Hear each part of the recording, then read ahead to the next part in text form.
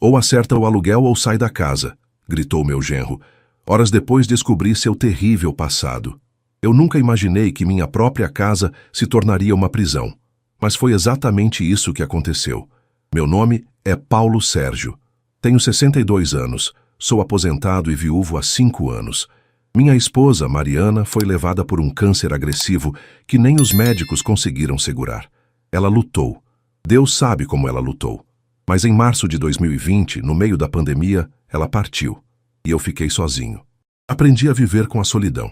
Minha casa no bairro Santa Efigênia, em Belo Horizonte, é simples. 2 quartos, uma sala pequena, cozinha e um quintal com um pé de jabuticaba que a Mariana plantou há mais de 20 anos. A casa é velha, mas é minha. Paga com suor, parcela por parcela, ao longo de 30 anos. Minha aposentadoria não era grande. R$ 2.400 por mês, mas dava para viver. Eu pagava luz, água, comprava comida, os remédios que precisava. Sobrava até um pouquinho no final do mês. Eu levava uma vida tranquila. Solitária, mas tranquila. Tenho 2 filhas. A Camila, de 38 anos, é professora universitária. Casada, mora num apartamento bom na Savassi. Sempre foi independente, centrada. A gente se via todo domingo. Ela vinha almoçar em casa, a gente conversava. Ela me ajudava com as coisas da casa que eu não sabia fazer, como mexer no computador ou no celular. E tem a Fernanda, minha caçula, 35 anos, enfermeira. Sempre foi mais sensível, mais dependente. Casou-se há 4 anos com o Diego, um rapaz de 32 anos que dizia trabalhar com vendas. Eu nunca entendi direito o que ele fazia, mas a Fernanda parecia feliz. Então, eu não questionei. Tudo começou em agosto do ano passado. Agosto de 2024. Era uma sexta-feira à tarde. Eu estava no quintal, regando as plantas, quando ouvi a campainha. Fui até a porta e lá estava a Fernanda. Mas ela não estava bem. Os olhos inchados, vermelhos. Tinha chorado. Filha, o que aconteceu? Ela entrou sem responder. Sentou no sofá da sala e começou a chorar novamente. Pai, eu e o Diego estamos com problemas. Que tipo de problemas? Financeiros. A gente deve 3 meses de aluguel. O dono do apartamento mandou o despejo. E o Diego perdeu o emprego de novo. De novo. Ela disse de novo, como se fosse algo recorrente. Fernanda, mas o Diego não estava trabalhando numa distribuidora? Tava, mas foi demitido. Disse que o patrão implicava com ele. Respirei fundo. Aquilo já era o 3º emprego que o Diego perdia em menos de 2 anos. E agora? O que vocês vão fazer? Ela me olhou com aqueles olhos de criança, os mesmos olhos de quando tinha 8 anos, e vinha pedir ajuda para o pai. Pai, a gente pode ficar aqui por um tempo? Só até a gente se reorganizar. Uns 2, 3 meses no máximo. Meu coração apertou. Eu sabia que não era uma boa ideia, mas como dizer não para a própria filha? Pode, filha. Claro que pode. Ela me abraçou forte. Obrigada, pai, obrigada. Uma semana depois eles chegaram. Diego dirigindo um Gol velho cheio de caixas, Fernanda ao lado com um sorriso aliviado. Ajudei a descarregar. Coloquei eles no quarto que era da Camila quando ela morava aqui. Arrumei tudo direitinho. Seu Paulo, muito obrigado mesmo, Diego disse apertando minha mão. A gente não vai atrapalhar. E assim que eu arrumar um trampo, a gente sai daqui. Fica tranquilo, rapaz. A casa é de vocês também. Os primeiros dias foram tranquilos. Fernanda ajudava na cozinha, limpava a casa. Diego ficava o dia inteiro procurando emprego. Ou pelo menos era isso que ele dizia. Porque eu via ele mais tempo no celular jogando do que mandando currículo. Mas eu não falava nada. Não era minha natureza criar conflito. As semanas passaram e as contas começaram a chegar. A conta de luz, que sempre foi em torno de R$ 120, veio 280. A conta de água triplicou. O gás acabava toda semana. A geladeira vivia cheia, mas eu não tinha comprado quase nada daquilo. Era tudo deles. Se você já ajudou alguém e sentiu que estava sendo usado, deixa aqui nos comentários de onde você está assistindo. E se inscreve no canal para não perder o restante dessa história. Fui aguentando, apertando aqui, cortando ali, parei de comprar carne todo dia, passei a comer mais ovo, mais macarrão, coisas baratas. Chegou novembro, e foi quando tudo piorou. Eu comecei a sentir tontura, falta de ar. Fui ao posto de saúde. O médico mediu minha pressão. 18/11. Perigoso. Ele pediu exames de sangue. O resultado veio. Diabetes descompensada. Precisava de remédio controlado. E não era barato. A receita tinha 3 medicamentos. Somando tudo, dava quase R$ 400 por mês. Quase 1/5 da minha aposentadoria. Fiz as contas. Não dava. Não tinha como pagar os remédios, as contas da casa e ainda comprar comida. Sentei na mesa da cozinha com as contas espalhadas, a cabeça nas mãos. Foi quando a Fernanda entrou. Pai, tá tudo bem? Não, filha, não tá. Mostrei as contas para ela. Expliquei a situação. Pai, mas o Diego arrumou um emprego. Semana passada. Ele tá trabalhando numa loja de celulares no centro. Vai ganhar um salário mais comissão. Meu coração deu um pulo de esperança. Sério, filha? Sério. E ele disse que vai ajudar nas contas aqui de casa. Fica tranquilo. Respirei aliviado. Finalmente. Finalmente as coisas iam melhorar. Mas eu não fazia ideia do pesadelo que estava por vir. E o que Paulo Sérgio não sabia é que a ajuda prometida se transformaria na maior humilhação de sua vida. Dezembro chegou com o calor típico de Belo Horizonte. Aquele calor seco que gruda na pele e deixa tudo mais pesado. Eu estava sentado na varanda tomando um café quando o Diego chegou do trabalho. Ele tinha começado na loja de celulares há 2 semanas. Segundo a Fernanda, estava indo bem. Eu tinha esperança de que ele finalmente ia se firmar, ajudar nas despesas, e logo eles conseguiriam sair daqui e voltar para a vida deles. Seu Paulo! Ele entrou pela porta da cozinha, jogou a mochila no sofá e abriu a geladeira. Pegou uma cerveja. Olhei pelo canto do olho. Eram 11 da manhã. Cerveja àquela hora? Ele sentou na cadeira da frente, abriu a lata e tomou um gole longo. Dia cansativo? Perguntei, tentando ser gentil. Sempre, seu Paulo. Trabalhar com público é osso. Imagino. Mas pelo menos tá fixo agora, né? Isso é bom. Ele me olhou com uma expressão que não consegui decifrar. Tô fixo. E isso muda as coisas. Como assim? Ele deu outro gole na cerveja e se inclinou para frente. Seu Paulo, agora que eu tô trabalhando e ajudando nas despesas aqui, acho que a gente precisa ter uma conversa. Conversa sobre o quê? Sobre como as coisas vão funcionar aqui. Porque antes, beleza, eu estava desempregado. Mas agora eu tô pondo dinheiro aqui dentro. Então as coisas têm que ser justas. Franzi a testa. Justas como? Tipo assim, eu vou pagar a conta de luz, a conta de água, vou comprar o gás. Mas o senhor também tem que contribuir. Porque o senhor mora aqui, né? Fiquei paralisado. Levei alguns segundos para processar o que ele tinha acabado de dizer. Diego, essa é a minha casa. Eu sei, seu Paulo, mas todo mundo que mora numa casa tem que contribuir. É só justo. Mas eu tô contribuindo. Eu compro comida, eu pago o IPTU, Seu Paulo, com todo respeito, mas o senhor fica o dia inteiro em casa sem fazer nada. Eu saio todo dia para trabalhar.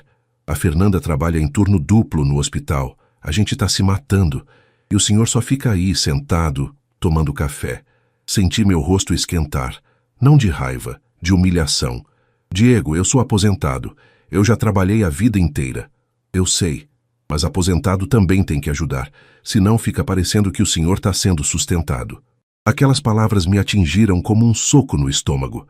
Ele terminou a cerveja, amassou a lata e jogou na pia. É isso, seu Paulo. A gente conversa melhor depois com calma. Só queria deixar claro como as coisas vão ser a partir de agora. E saiu.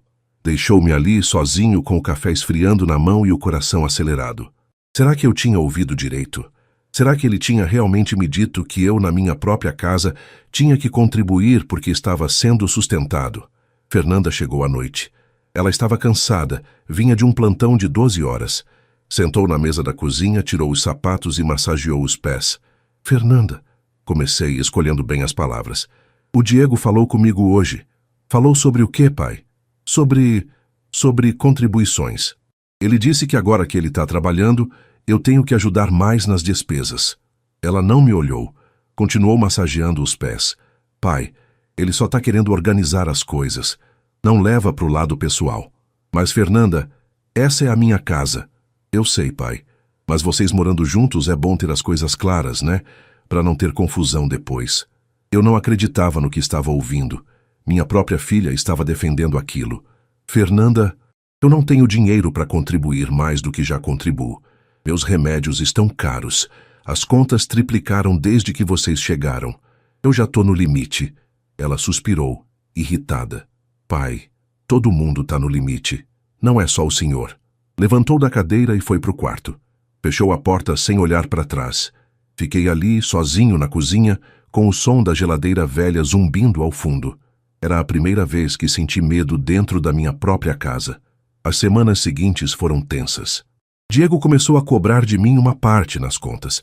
Ele dizia que era R$ 200 por mês. R$ 200 que eu não tinha. Tentei explicar. Mostrei minha aposentadoria. Mostrei as contas dos remédios. Mas ele sempre tinha uma resposta. Seu Paulo, eu não posso ficar bancando tudo aqui sozinho. Mas essa é a minha casa, Diego. Então vende ela e vai morar de aluguel. Vai ver como é. Ele falava isso com um sorriso no rosto.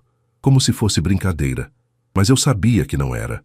Comecei a me sentir pequeno, invisível, como se eu fosse um peso, um estorvo. Parei de comer direito. Parei de sair. Ficava trancado no meu quarto a maior parte do tempo. Só saía para ir ao banheiro ou para pegar água. Minha filha Camila percebeu. Ela veio me visitar num domingo de janeiro. Pai, o senhor emagreceu. É, filha. Ando sem apetite. E a Fernanda? Como tá sendo morar com ela e o Diego? Desviei o olhar. Tá bom. Ela franziu a testa. Tati, o senhor tá me escondendo alguma coisa? Não, filha, tá tudo bem. Mas não estava, e ela sabia. Foi então, numa tarde de fevereiro, que tudo explodiu. Eu estava na sala assistindo televisão quando o Diego chegou. Ele vinha de cara fechada. Jogou a mochila no chão com força. Seu Paulo, a gente precisa conversar, agora. O que foi, Diego? Cadê os R$ 200 desse mês? Diego, eu já te expliquei. Eu não tenho. Como não tem? O senhor recebe a aposentadoria todo mês. E eu gasto com comida, com remédio, com... Chega de desculpa, ele gritou. Levantei da cadeira, assustado. Ou o senhor acerta o aluguel, ou o senhor sai dessa casa. Fiquei paralisado. Aluguel? Diego, essa casa é minha. Não interessa. Eu tô pagando as contas aqui, eu que tô segurando essa casa. E se o senhor não consegue contribuir, então sai. Senti minhas pernas tremerem. Diego, eu não quero mais desculpa, seu Paulo. Ou paga ou sai. Foi nesse momento que alguém bateu na porta. Diego parou de gritar. Eu estava tremendo. Fui até a porta e abri. Era minha irmã, Lúcia. E a expressão no rosto dela me disse que ela tinha ouvido tudo. Paulo Sérgio estava prestes a descobrir que sua irmã seria a salvação que ele tanto precisava. Mas o que ela faria mudaria tudo. Lúcia estava parada na porta, com uma sacola de compras na mão e o rosto tenso. Ela tinha 65 anos, 3 a mais que eu, mas sempre pareceu mais nova. Cabelo bem cuidado, roupa elegante, postura ereta. Minha irmã tinha casado bem. O marido dela, Antônio Carlos, era dono de uma rede de lojas de materiais de construção em Belo Horizonte. Eles moravam num apartamento grande no bairro Lourdes.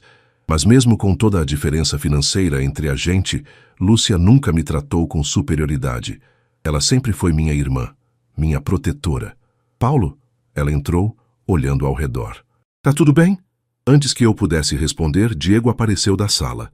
Ao ver Lúcia, ele mudou completamente de postura. O rosto irritado se transformou num sorriso forçado. Dona Lúcia, que surpresa! Ela não sorriu de volta. Diego. O tom dela era gelado. Eu estava indo para o quarto, com licença. Ele passou por nós e sumiu no corredor. Lúcia fechou a porta atrás dela e me puxou pela mão até a cozinha. Colocou a sacola na mesa e me olhou nos olhos. Eu ouvi. Ouvi ele gritando com você. Ouvi ele te ameaçando. Baixei a cabeça. Lúcia, Paulo, o que está acontecendo aqui? Senti meus olhos arderem. E pela primeira vez em meses, desabei.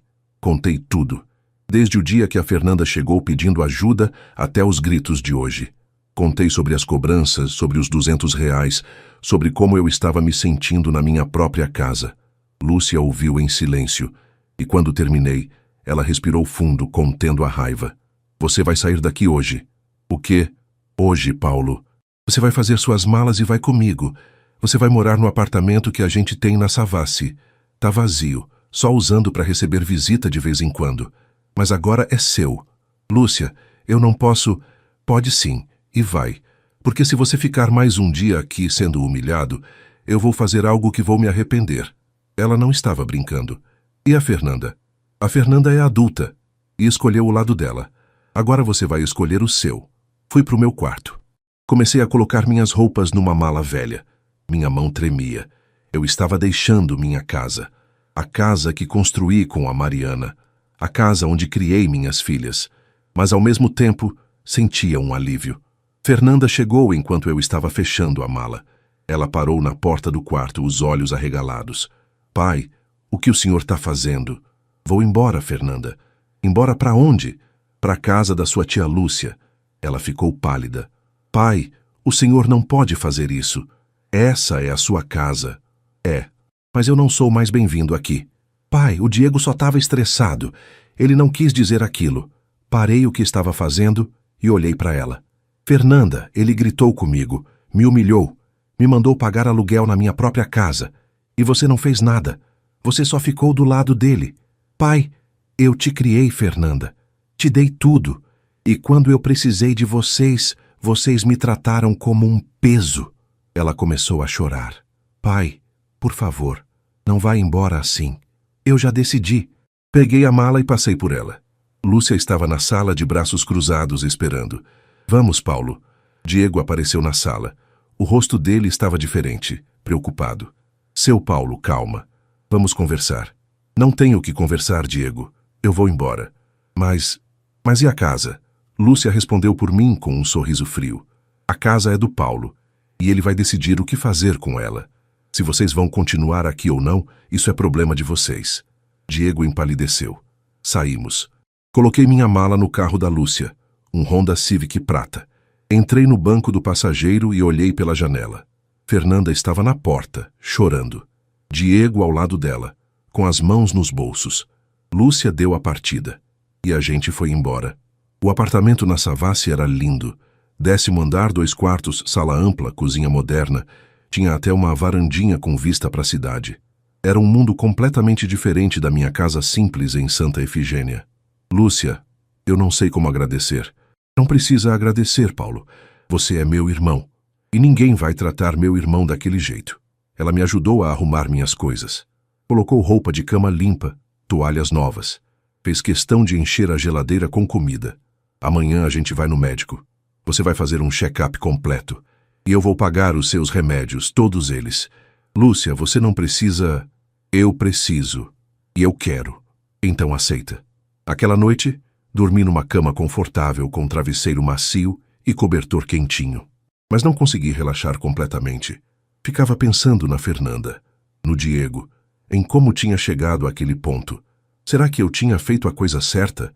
Mas quando acordei no dia seguinte, com o sol entrando pela janela e o cheiro de café fresco que a Lúcia tinha preparado, eu soube que sim. Pela primeira vez em meses eu estava em paz. Mas Paulo Sérgio não fazia ideia de que o pior e a maior revelação ainda estavam por vir. Passaram-se 2 semanas desde que saí da minha casa. 2 semanas de silêncio. A Fernanda não ligou, não mandou mensagem, nada. A Camila, minha filha mais velha, ia me visitar todo dia no apartamento. Ela ficou indignada quando soube de tudo. Pai, eu sempre desconfiei do Diego. Sempre achei ele estranho. Mas a Fernanda é cega. Ela é apaixonada, filha. Amor cega mesmo. Amor não justifica abuso, pai. Eu sabia que ela estava certa. Mas ainda doía. Doía saber que minha filha tinha escolhido um homem que me humilhava ao invés de me defender. Era uma terça-feira quando recebi a ligação. Número desconhecido, atendi. Alô? Seu Paulo? É o Diego. Meu corpo todo ficou tenso. O que você quer, Diego? Seu Paulo, a gente precisa conversar. Sobre a casa. O que tem a casa? É que, olha, eu perdi o emprego. Não consegui segurar o sarcasmo. De novo? Foi. E eu e a Fernanda tamo apertado aqui. As contas estão chegando e a gente não tem como pagar. E o que você quer que eu faça? Eu queria saber se o senhor pode ajudar. Tipo, pagar a conta de luz esse mês. E a de água também. Fiquei em silêncio, processando a audácia. Diego, você me expulsou da minha própria casa. Não, seu Paulo. Eu só... Você gritou comigo, mandou eu pagar aluguel. E agora tá pedindo ajuda? Ele ficou quieto do outro lado. Seu Paulo... Eu sei que eu exagerei, Mas eu estava estressado. Trabalho estava pesado. Mas agora eu preciso de ajuda. Então pede ajuda para sua família, não para mim. Minha família não fala mais comigo, seu Paulo. Claro que não. Diego, eu não vou te ajudar. Não depois do que você fez. Mas, seu Paulo, a Fernanda está aqui comigo. Ela é sua filha. E onde ela estava quando você me humilhava? Ela fez a escolha dela. Seu Paulo, o senhor é um homem de Deus. O senhor não pode fazer isso com a gente. Aquilo me irritou. Não usa Deus para me manipular, Diego. Você sabe muito bem o que você fez. E desliguei. Fiquei ali sentado no sofá com o celular na mão. Meu coração batia forte. Mas eu sabia que tinha feito a coisa certa. Alguns dias depois, Lúcia apareceu no apartamento. Ela tinha ido resolver uns assuntos com o marido e passou para me ver. Mas quando entrou, eu percebi que algo estava errado. Ela estava séria. Paulo, senta. Preciso te contar uma coisa. O que foi? É sobre o Diego. Meu estômago revirou. O que tem ele? Ela respirou fundo. Antônio Carlos estava olhando as câmeras de segurança das lojas dele. A gente teve um assalto há 3 anos numa das unidades no bairro Venda Nova. Na época a gente registrou ocorrência, mas nunca pegaram o cara. E? Paulo, eu vi as imagens. Eu vi o rosto do ladrão. Era o Diego. Fiquei paralisado. O quê? Era ele. Eu tenho certeza. O Antônio também. A gente foi na polícia ontem e mostrou as gravações. Eles confirmaram. É ele. Senti o chão sumir debaixo dos meus pés. Lúcia, você tem certeza? Absoluta. E a Fernanda? Será que ela sabe? Não sei, Paulo, mas a gente vai descobrir. Ela pegou o celular e ligou para Fernanda. Colocou no viva voz. A Fernanda atendeu no 3º toque. Tia Lúcia. Fernanda, onde você tá? Em casa. Por quê? Sozinha? O Diego foi na padaria. Mas volta já. O que está acontecendo? Fernanda, eu preciso te fazer uma pergunta. E eu quero que você responda com sinceridade. Houve uma pausa. Tá, pode perguntar. Você sabia que o Diego tem passagem pela polícia? Silêncio. Fernanda? Tia, eu não posso falar sobre isso agora. Fernanda, responde. Você sabia? Mais silêncio. E então, com a voz trêmula. Sabia. Meu coração parou. Você sabia? Repeti, a voz saindo mais alta do que eu queria. Pai, o senhor tá aí? Responde, Fernanda. Você sabia que ele era criminoso? Ela começou a chorar do outro lado da linha. Ele me disse que tinha mudado, que era passado, que ele não era mais aquela pessoa. Fernanda, ele assaltou a loja do seu tio. E você sabia? Não, eu não sabia disso. Eu só sabia que ele tinha tido problemas antes, mas não sabia dos detalhes. Lúcia pegou o celular. Fernanda, onde estão os documentos da casa do seu pai? O quê? Os documentos, escritura, IPTU. Onde estão? Estão aqui, na gaveta do quarto do pai. E o Diego tem acesso? Fernanda hesitou. Tem. Por quê? Porque ele está planejando algo, Fernanda, e você precisa tirar esses documentos daí agora. Tia, do que a senhora está falando? Seu marido é um golpista, Fernanda, e ele está usando você para dar um golpe no seu pai. Fernanda começou a gritar. Isso não é verdade. É sim, e você vai ter que decidir de que lado você tá. Lúcia desligou o telefone. Ficamos ali, em silêncio. O peso da revelação caindo sobre nós. Minha filha sabia, ela sabia, e mesmo assim escolheu aquele homem. E a verdade completa estava prestes a vir à tona de uma forma que ninguém esperava. Não dormi naquela noite. Ficava revirando na cama, pensando em tudo. Fernanda sabia. Ela sempre soube que Diego tinha um passado criminoso e, mesmo assim, trouxe ele para dentro da minha casa. Me colocou em risco, me usou. Na manhã seguinte, Lúcia apareceu cedo com Antônio Carlos. Ele era um homem alto, de ombros largos, cabelo grisalho. Sempre foi sério, mas justo. Respeitava a família. Paulo, ele me cumprimentou com um aperto de mão firme. Sinto muito pelo que você está passando. Obrigado, Antônio. Ele colocou uma pasta na mesa. Essas são cópias das imagens de segurança da loja. E aqui está o boletim de ocorrência que a gente fez na época. Mostra o Diego claramente. A polícia já foi informada. Eles vão abrir investigação. Abri a pasta. Lá estava ele, Diego, numa foto de câmera de segurança, com capuz, mas o rosto visível. pegando produtos, ameaçando o funcionário com uma faca. Fugindo. Era ele. Sem dúvida nenhuma. Antônio, você acha que a Fernanda está envolvida nisso? Ele hesitou. Sinceramente, eu acho que ela foi manipulada, mas ela sabia de coisas que não deveria ter escondido. Lúcia se sentou ao meu lado. Paulo, a gente precisa ir na sua casa, hoje, agora, e pegar esses documentos antes que o Diego faça alguma besteira com eles. Mas como? Eles estão lá. Então a gente vai com a polícia. E foi exatamente isso que fizemos. 2 horas depois estávamos na frente da minha casa. 2 policiais nos acompanhavam. Um carro da polícia parado na rua chamava a atenção. Os vizinhos olhavam pelas janelas. Lúcia tocou a campainha. Fernanda abriu a porta. Os olhos dela estavam inchados. Tinha chorado a noite inteira. Tia, cadê o Diego? Lúcia perguntou direta. Ele saiu. Disse que ia resolver umas coisas. Um dos policiais se adiantou. Senhora Fernanda, a gente precisa entrar. Temos um mandado de busca. Ela ficou pálida, mas abriu a porta. Entramos. A casa estava uma bagunça. Roupa espalhada, louça suja na pia, cheiro de cigarro no ar. Meu coração apertou vendo minha casa naquele estado. Os documentos da casa estão onde? Lúcia perguntou. Fernanda apontou para o quarto. Na gaveta, fomos até lá. Abri a gaveta, vazia. Cadê? Fernanda começou a tremer. Eu não sei.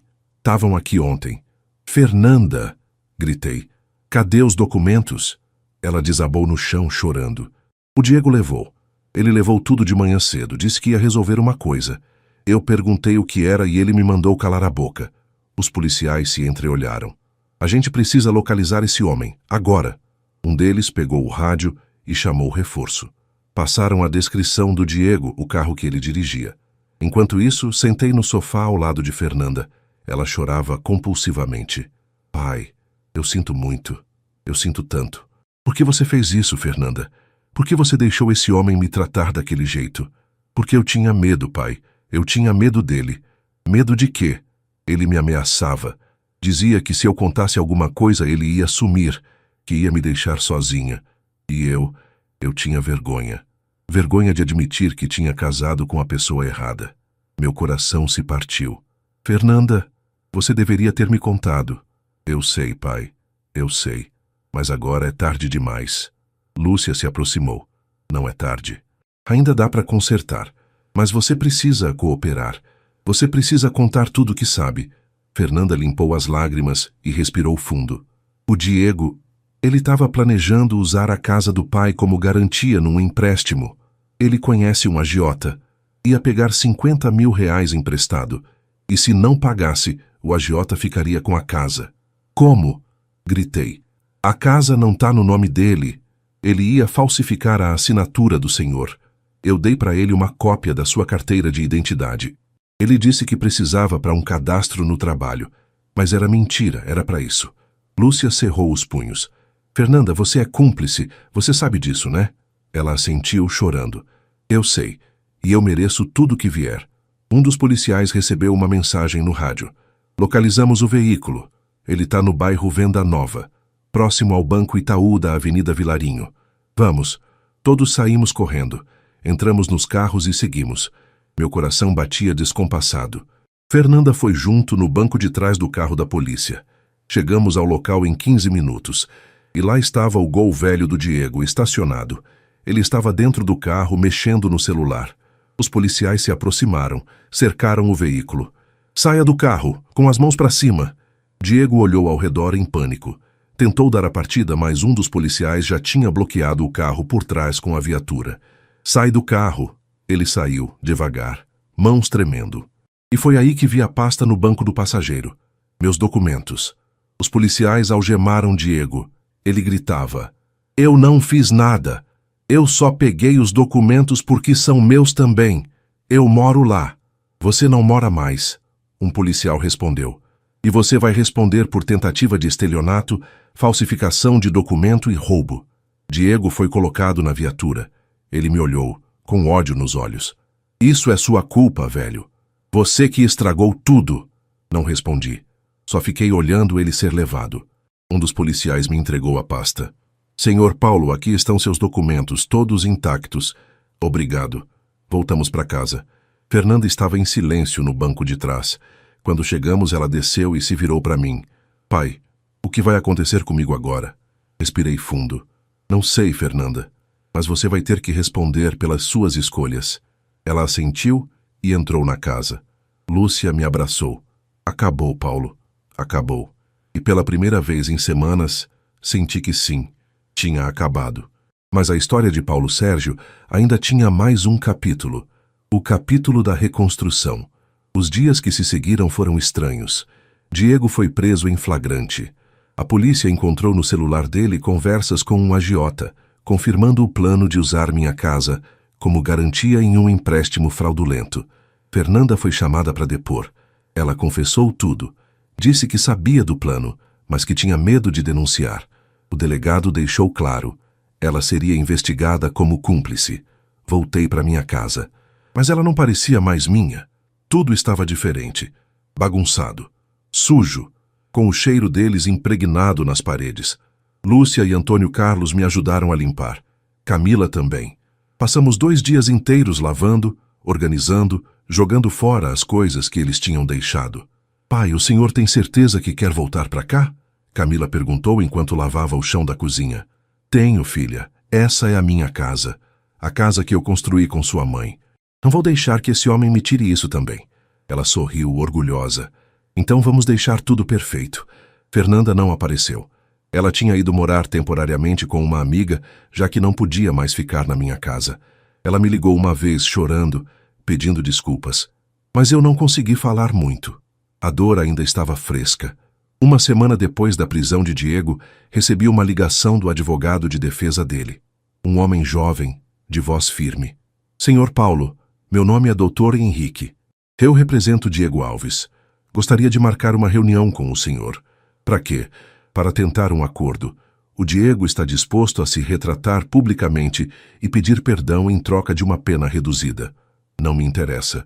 Senhor Paulo, o senhor não quer ouvir o que ele tem a dizer? Não, ele me humilhou.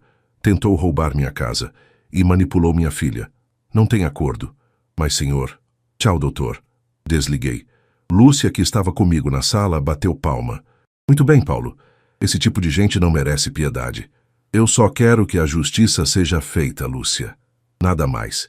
E foi exatamente o que aconteceu. No dia 15 de março, houve a audiência preliminar. Eu fui chamado como testemunha. Camila e Lúcia me acompanharam. Fernanda também estava lá, mas sentada do outro lado da sala com o rosto abaixado. Diego entrou algemado. Ele tinha emagrecido, o rosto pálido. Olhou para mim uma vez. Eu não desviei o olhar. O juiz leu as acusações.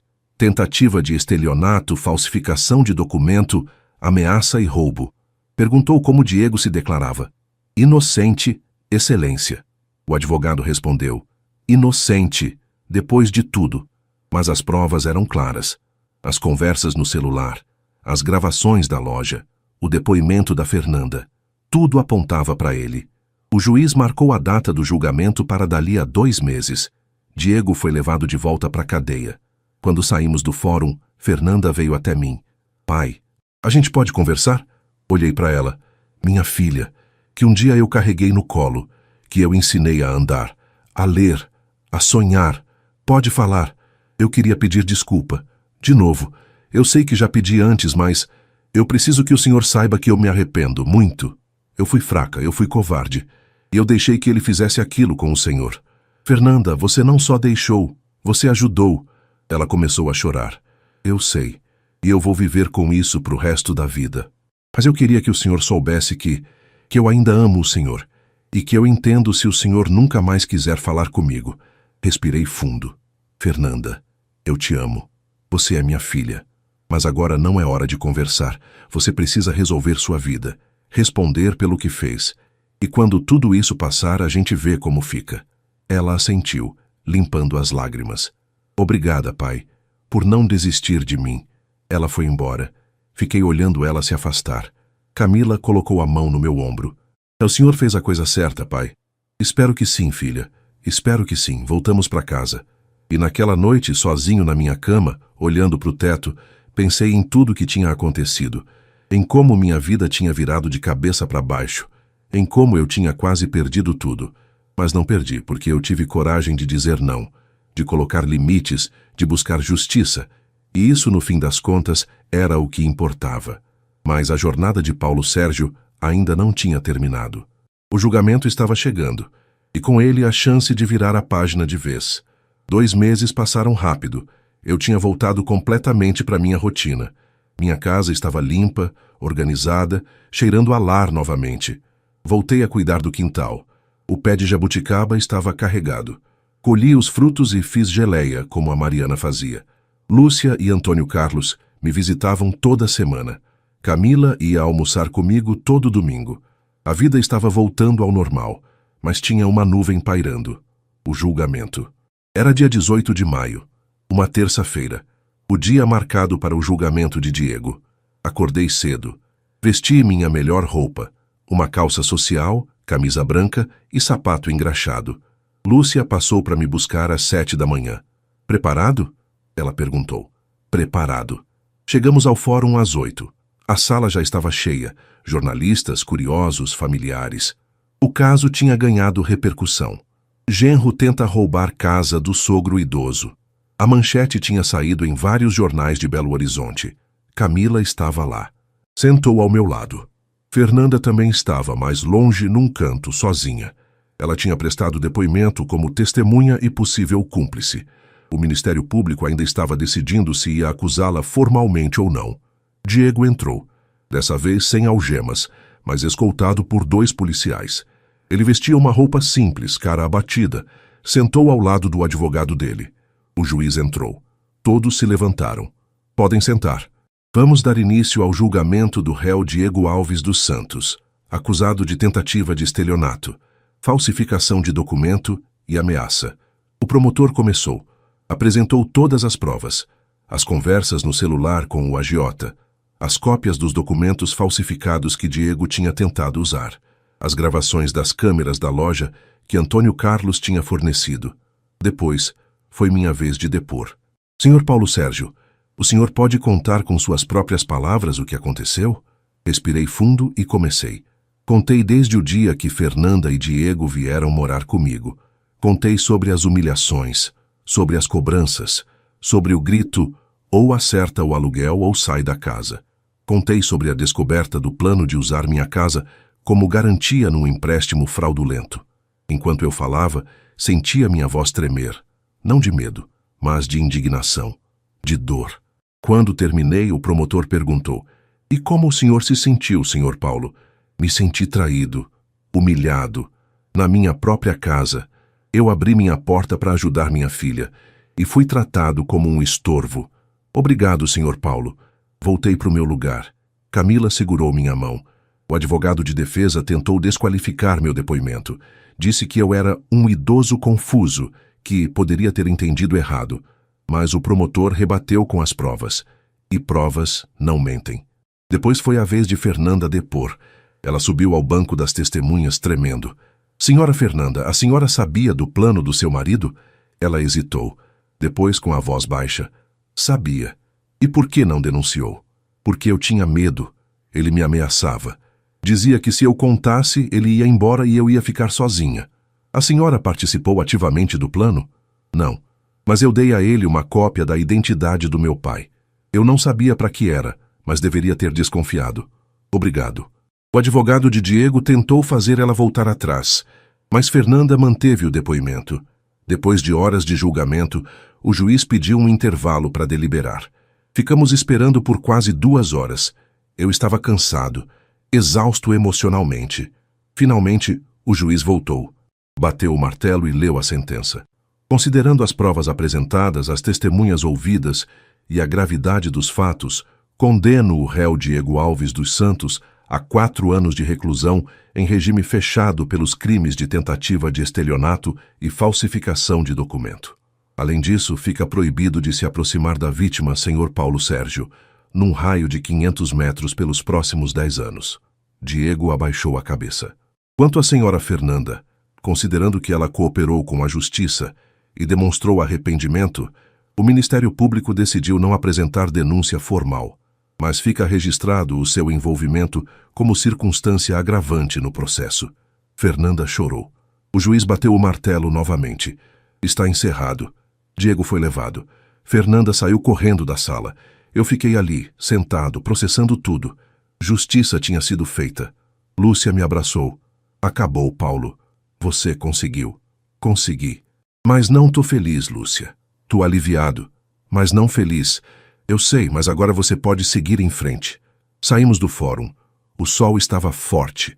Belo Horizonte estava movimentada, barulhenta, viva.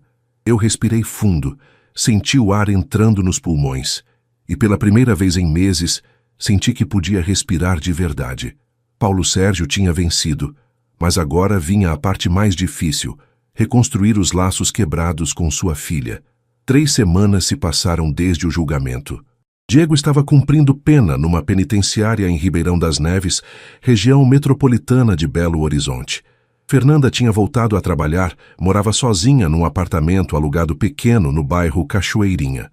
Ela não tinha me procurado desde o dia do julgamento. Até que numa tarde de sábado, ela apareceu na minha porta.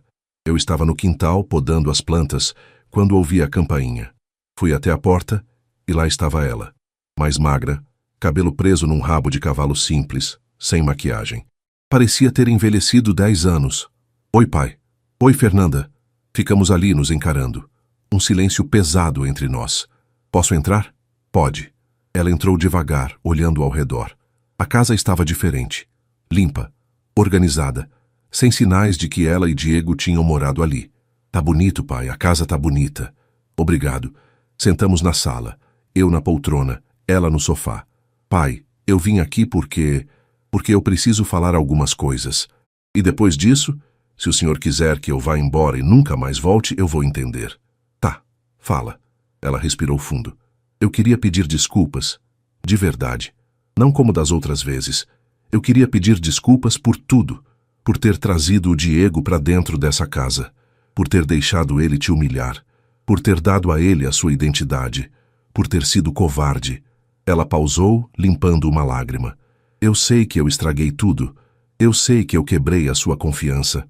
E eu sei que talvez o senhor nunca mais consiga me perdoar. Mas eu precisava que o senhor soubesse que eu me odeio por isso.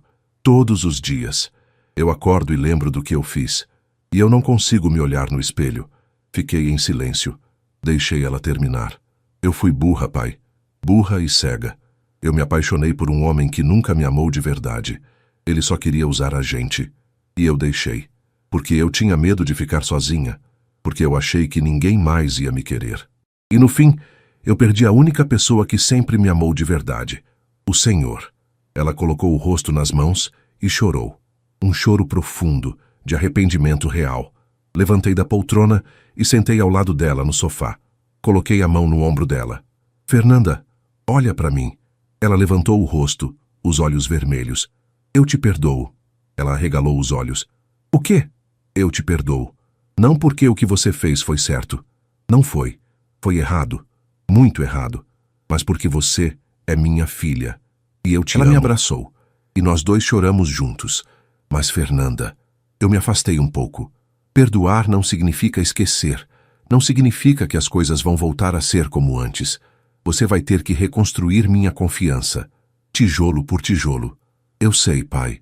E eu prometo. E você também precisa se perdoar. Porque carregar essa culpa não vai te levar a lugar nenhum. Você errou, mas pode consertar. Ela assentiu. Obrigada, pai. Obrigada por não desistir de mim. Naquele dia ficamos conversando por horas. Ela me contou como tinha sido difícil viver com Diego, como ele a manipulava, a controlava, como ela se sentia presa e como ela tinha vergonha de pedir ajuda. Pai, eu deveria ter te ouvido desde o começo. A Camila sempre disse que o Diego não prestava, mas eu não quis acreditar. A gente às vezes precisa errar para aprender, filha. Mas não precisava ser um erro tão grande. Não, mas foi. E agora você sabe. E isso vai te fazer uma pessoa melhor. Quando ela foi embora, já era noite. Ela me abraçou na porta. Pai, eu posso voltar a vir aqui, tipo, para almoçar no domingo? Como a gente fazia antes. Sorri. Pode, mas só se você trouxer sobremesa. Ela riu. Uma risada verdadeira. A primeira em meses. Pode deixar. Ela foi embora. Fechei a porta e fiquei ali, encostado nela, sentindo o peso sair do peito. Perdoar não tinha sido fácil, mas tinha sido necessário, porque guardar rancor só envenenaria minha vida. E eu já tinha perdido tempo demais com dor. Agora era hora de reconstruir, e Paulo Sérgio finalmente estava pronto para virar a página e começar um novo capítulo. Os meses que se seguiram foram de cura, lenta, mas constante. Fernanda começou a me visitar todo domingo. Ela trazia sobremesa como eu tinha pedido. Às vezes era um bolo, outras vezes pudim. E a gente almoçava junto, conversava, ria. Camila também estava sempre por perto. As duas irmãs que tinham se afastado por causa de Diego voltaram a se falar. Era bonito ver elas juntas de novo. Lúcia e Antônio Carlos continuaram sendo meu suporte. Eles pagavam meus remédios, me levavam ao médico, cuidavam de mim como se eu fosse o irmão mais novo vulnerável, e eu era grato por isso. Em julho recebi uma notícia. Diego tinha pedido transferência para uma penitenciária em outro estado. Ele não queria mais estar perto de Belo Horizonte, talvez porque tinha vergonha. Talvez porque sabia que aqui ninguém ia recebê-lo bem. Fernanda ficou em silêncio quando soube.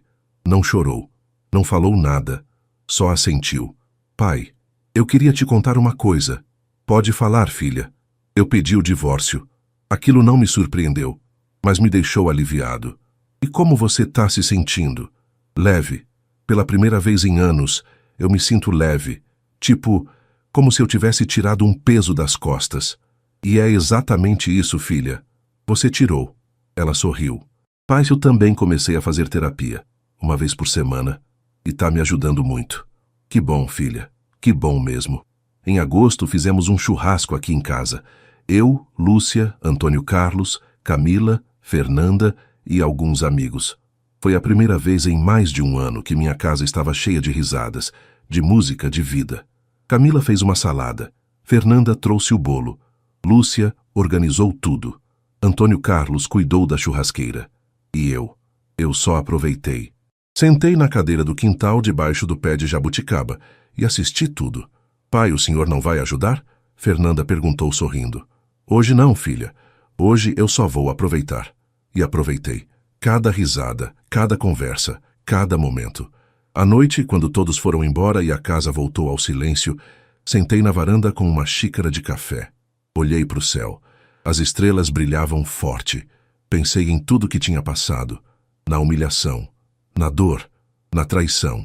Mas também pensei na superação, no perdão, na reconstrução. E percebi que valia a pena. Tudo tinha valido a pena. Porque no fim das contas, eu não tinha apenas sobrevivido. Eu tinha vencido.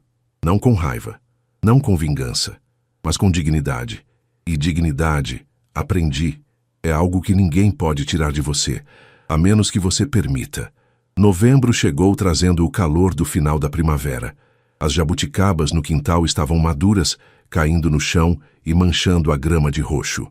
Eu passava as manhãs colhendo os frutos, fazendo geleia como a Mariana me ensinou.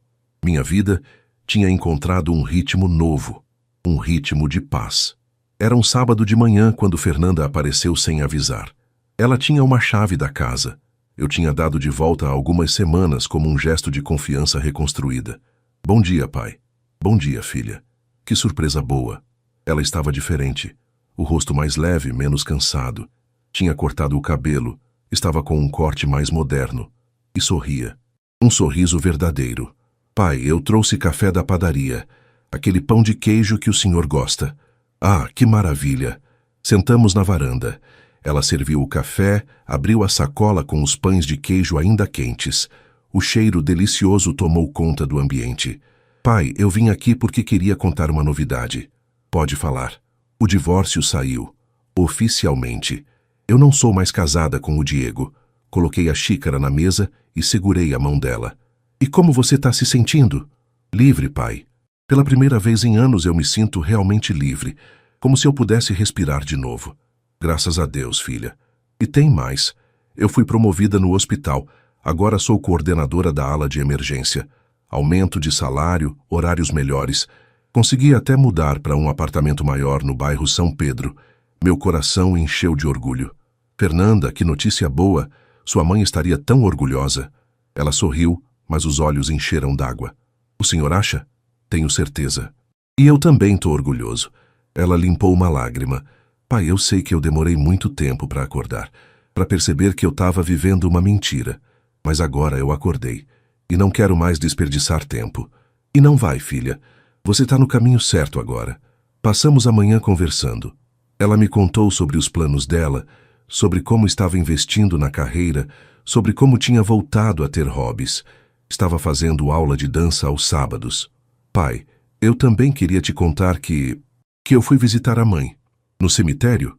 Sim, faz tempo que eu não ia, mas semana passada eu senti que precisava. Então fui. Levei flores. Conversei com ela. Pedi desculpas por ter me perdido no caminho e prometi que ia me encontrar de novo. Senti um aperto no peito. Ela ouviu, filha. Tenho certeza que ouviu. Eu também acho. Por volta do meio-dia, Camila apareceu. Ela tinha combinado de almoçar comigo, mas ficou surpresa ao ver a irmã ali. Fernanda, que bom te ver. As duas se abraçaram e foi naquele momento que percebi. Minhas filhas tinham voltado a ser irmãs. De verdade. Não apenas no sangue, mas no coração.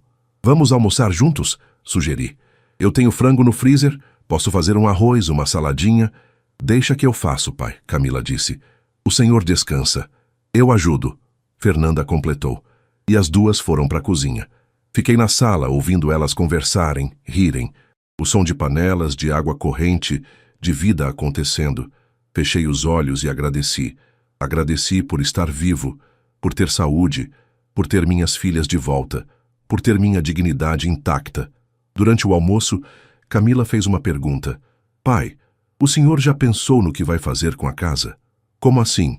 Se vai continuar morando aqui ou se vai aceitar a oferta da tia Lúcia de ficar no apartamento da Savassi? Eu tinha pensado nisso. Lúcia e Antônio Carlos tinham me oferecido o apartamento definitivamente. Era confortável, seguro, tinha elevador. O que seria bom para as minhas pernas, que já não eram mais as mesmas. Mas essa casa... Vou ficar aqui, respondi. Essa casa tem a história da sua mãe. Tem vocês crescendo. Tem memórias que eu não quero abandonar. E as memórias ruins? Do Diego? Fernanda perguntou baixinho. As memórias ruins eu já limpei, filha. Igual limpei a casa. O que ficou aqui agora é só o que importa. Amor e família. Fernanda sorriu e segurou minha mão. Depois do almoço, sentamos na varanda. Eu, Fernanda e Camila. Tomando café, comendo o bolo que Camila tinha trazido, conversando sobre amenidades. Pai, semana que vem é aniversário da mãe, né? Camila lembrou. É, dia 28. Ela faria 61. A gente podia ir no cemitério juntos, os três. Fernanda sugeriu. Eu adoraria isso, respondi. E ficamos ali, em silêncio, cada um perdido nos próprios pensamentos. Mas era um silêncio bom, de família reunida, de feridas cicatrizando. Quando o sol começou a se pôr, Camila e Fernanda se despediram. Elas tinham compromissos, mas prometeram voltar no domingo. Fiquei sozinho na varanda vendo o céu ficar alaranjado, depois rosa, depois roxo. As cigarras cantavam alto. O vento balançava as folhas do pé de jabuticaba. Peguei meu celular e abri a galeria de fotos. Tinha uma foto da Mariana ali tirada anos atrás no quintal, embaixo da mesma árvore. Ela sorria com as mãos sujas de terra, porque tinha acabado de plantar umas mudas. Conseguimos, amor. Falei baixinho, como se ela pudesse ouvir. As meninas estão bem. A casa está de pé. E eu também. Fechei os olhos e senti uma brisa suave bater no rosto, quase como um carinho. E foi naquele momento que entendi. A vida não tinha acabado quando a Mariana partiu. Não tinha acabado quando Diego me humilhou. Não tinha acabado quando Fernanda me traiu. A vida tinha continuado, porque eu escolhi continuar. Escolhi lutar. Escolhi ter dignidade. Escolhi perdoar. E agora, aos 62 anos, eu estava vivendo de novo. Não apenas sobrevivendo, mas vivendo de verdade. Com minha casa, com minhas filhas, com minha paz. E isso, no fim das contas, era tudo o que eu precisava. Naquela noite, antes de dormir, escrevi algo num caderno velho que a Mariana tinha me dado. Um caderno onde ela dizia que eu devia anotar memórias importantes. Escrevi: novembro de 2025. Hoje entendi que dignidade não é algo que alguém te dá.